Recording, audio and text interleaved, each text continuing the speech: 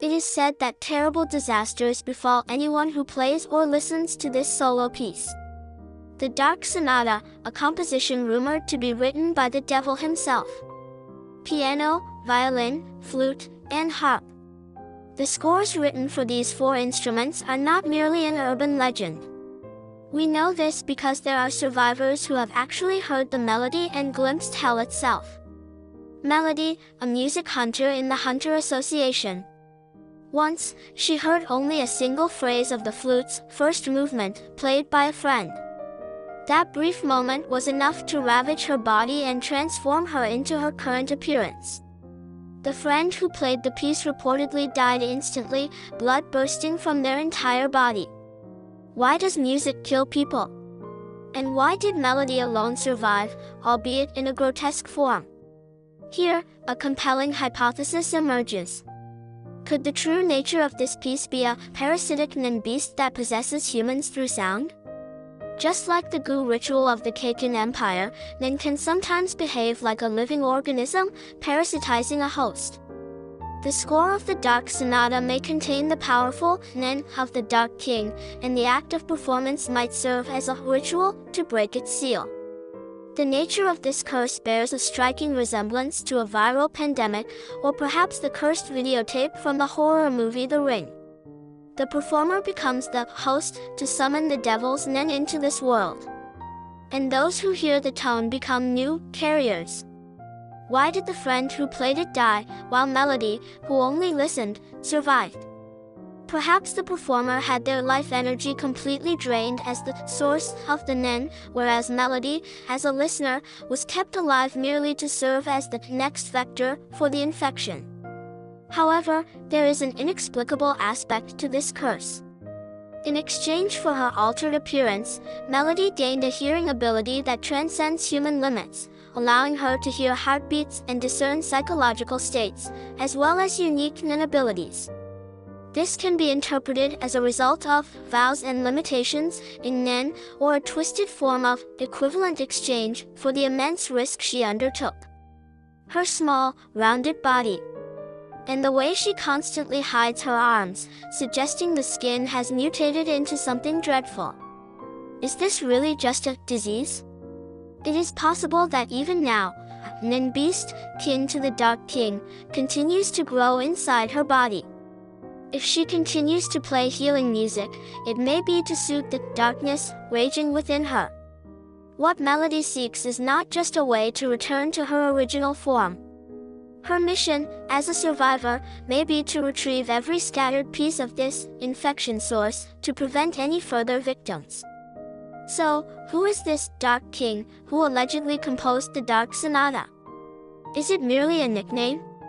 Or is it a fictional demon from a fairy tale? The key to the answer almost certainly lies in the destination Melody is currently heading toward, the unexplored frontier of humanity, the Dark Continent. This is because the laws of the price and powers Melody received far exceed the common sense of the hunter-hunter world. They go beyond the standard scope of Nen abilities. Here, we present a shocking hypothesis. The true identity of the Dark King is likely the king of the man-keeping beast, Pap, one of the 5 threats, or an intelligent life form of the Dark Continent equal to it. The Hunter Association calls these mysterious beasts the gatekeepers of the New World. If a Dark King truly exists, there must be a kingdom he rules. And this aligns perfectly with the existence of gatekeepers who block entry to that kingdom. We must pay special attention to the nature of Pap, the man-keeping beast. They are said to keep humans as pets, draining their life force in exchange for giving them pleasure. Just imagine. Think of how humans treat cats. We dangle a toy to tease them, or watch with amusement as they desperately chase a laser pointer. What if the highly intelligent inhabitants of the Dark Continent view us in the exact same way? What if they were merely imitating and learning from the culture of their pets, humans, specifically our music and art? For them, the Dark Sonata might be nothing more than bait to lure humans in, or perhaps an experimental tool to test the durability of the human species. The contract Melody unwittingly signed was not something as simple as postmortem Nan, but rather a twisted equivalent exchange with a predator standing at the top of the food chain. It has already been suggested that Nanika, who resides within Killua's younger sister Aluka, is the gas life form AI from the Dark Continent. Just as Nanika demands a price in exchange for granting a wish, the Dark Sonata demands bodily collapse in exchange for immense power. This commonality is the strongest evidence that the Dark King is an inhabitant of the Dark Continent. Aboard the Black Whale, heading toward a hopeless world ruled by such dark kings. Melody is now walking on her own 2 feet toward the stronghold of the composer who cursed her. When discussing the woman named Melody, there is one mystery we cannot avoid. What did she look like before she was cursed? Her current appearance is small and round. She is bald and wears a hat pulled low. And most notably, her arms are always hidden by long sleeves, transformed into something hideous as the price for hearing the Dark Sonata. When she first appeared, she told Kurapika, "I want to return to my original body." This desperate wish is the driving force behind her becoming a pro hunter.